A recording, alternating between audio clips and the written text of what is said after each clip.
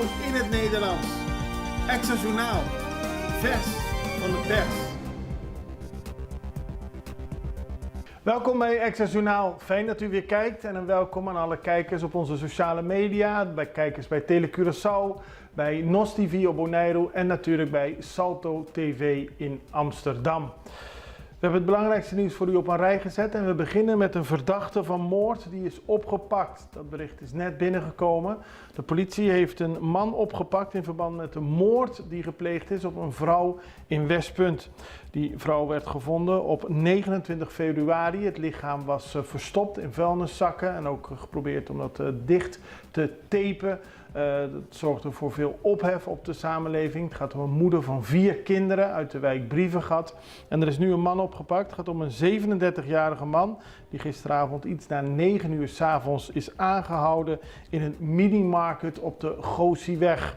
Er is ook een auto in beslag genomen en er is een huiszoeking geweest in een huis aan de Snipweg.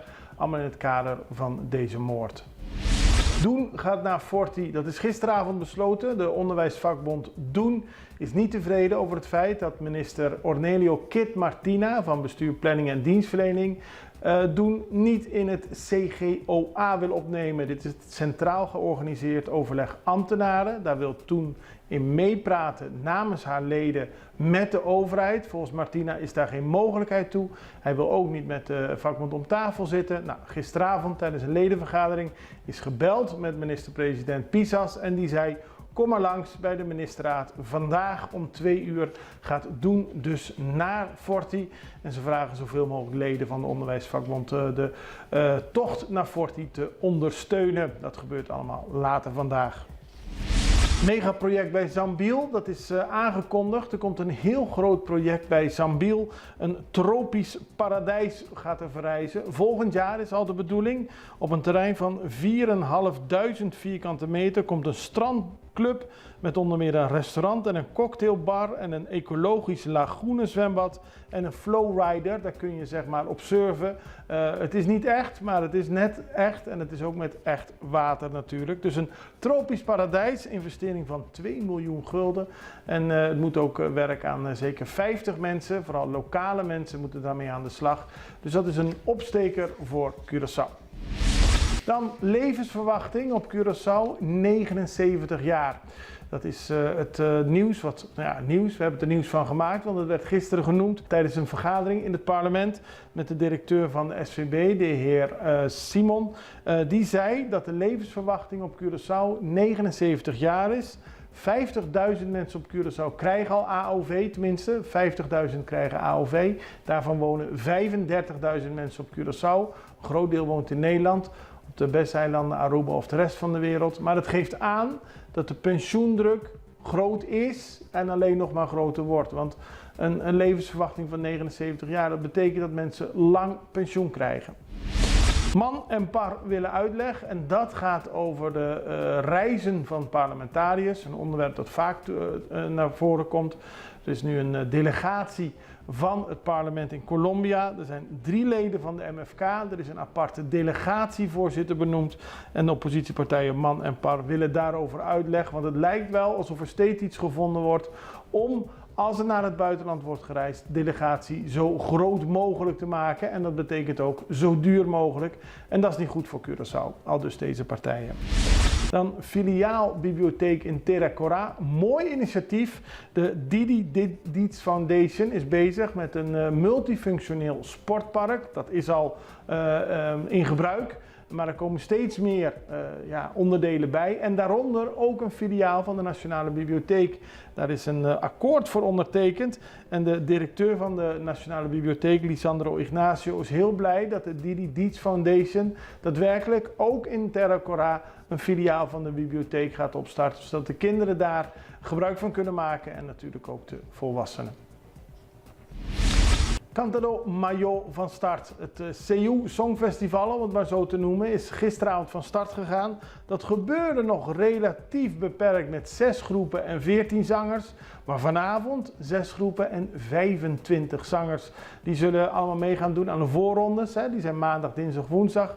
En dan is vrijdag de grote finale van het Seoul Festival. Vanavond zingt onze fotograaf van de Extra, Relly Ignacio. En dat is voor ons natuurlijk extra reden om er naar uit te kijken. We gaan even naar de break en we zijn zo bij u terug.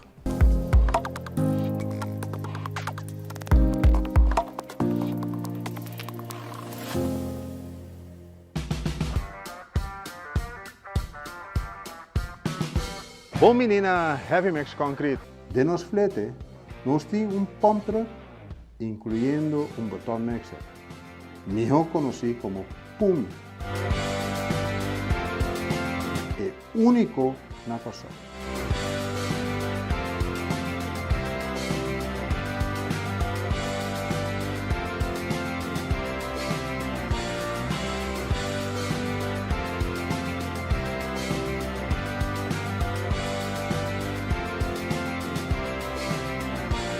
Por el año 2016, nos tiene planta de bloque más grande de Kosovo, en Hess 1500. La planta aquí nos puede producir todo tipo de bloque y clenco na diferente color y forma.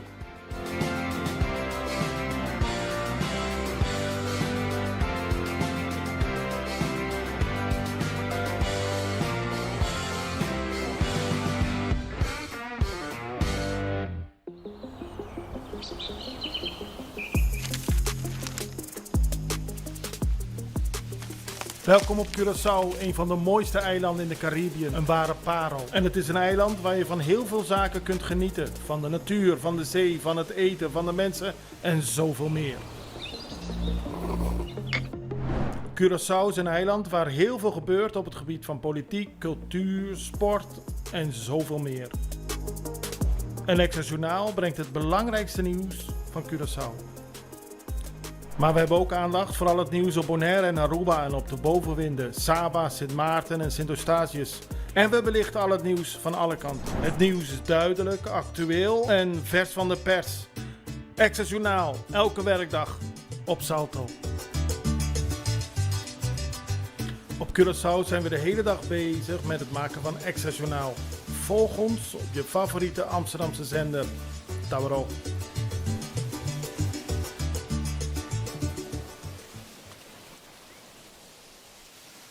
Dan het Curaçao North Sea Jazz Festival. Dat vindt weer plaats na enige jaren dat het niet door kon gaan, onder meer vanwege COVID.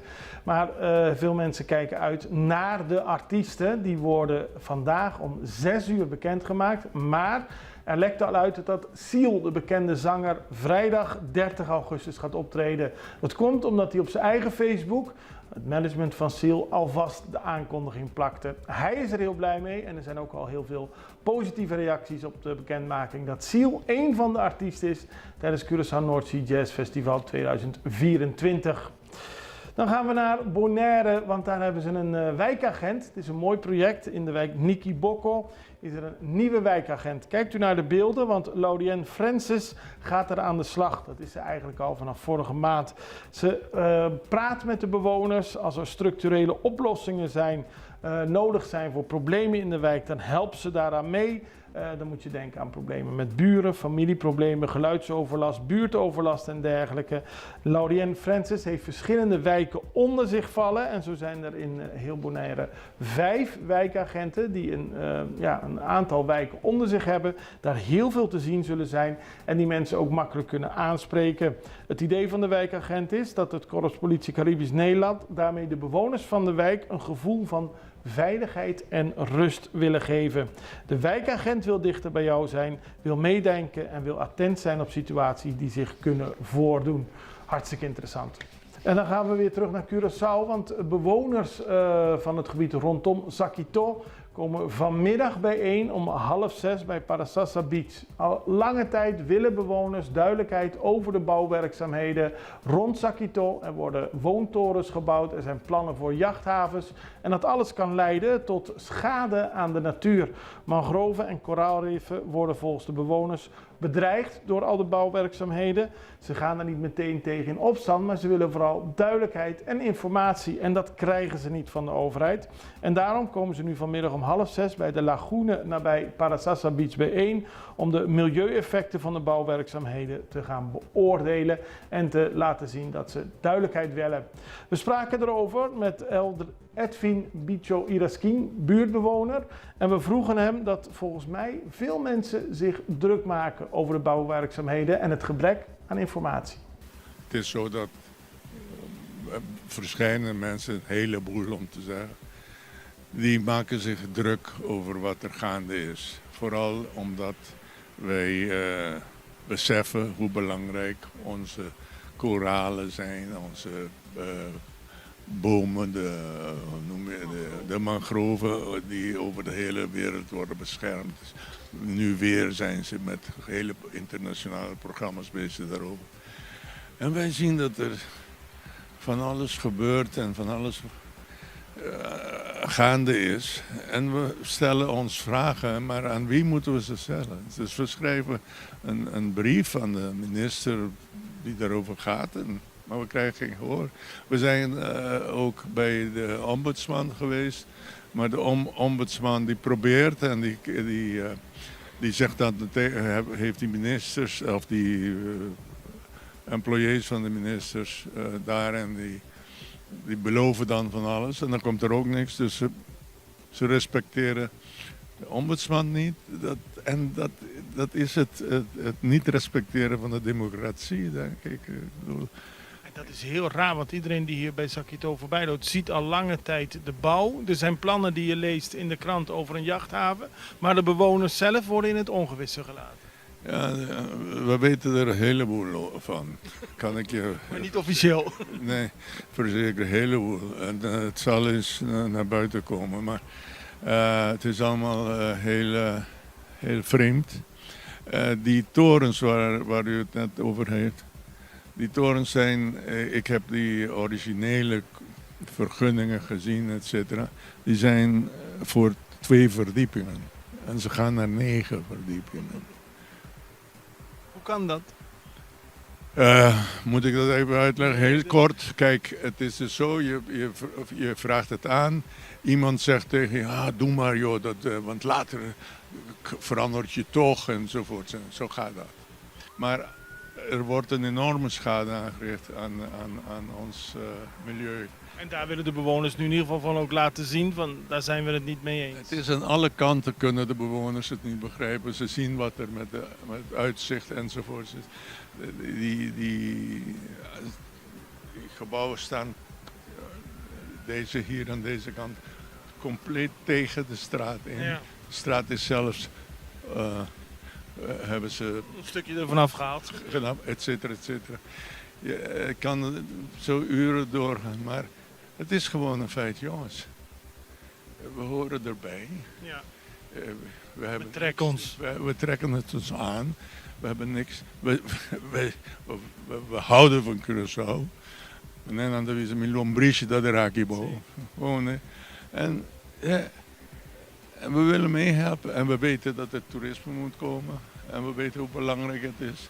Maar we weten ook hoe enorm schadelijk het is voor een land wanneer de democratie niet gehandhaafd wordt.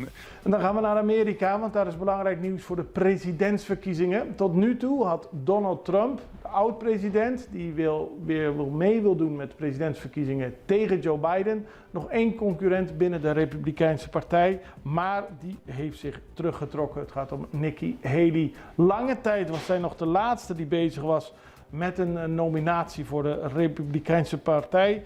Maar nu is inmiddels bekend dat ze gaat stoppen. Ze krijgt eigenlijk, zou je kunnen zeggen, gewoon te weinig steun van de stemmers. De meeste stemmen van de Republikeinse Partij gaan naar Donald Trump.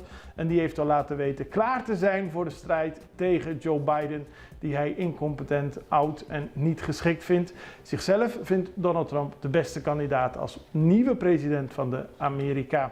We houden het allemaal voor u in de gaten, net zoals het lokale nieuws.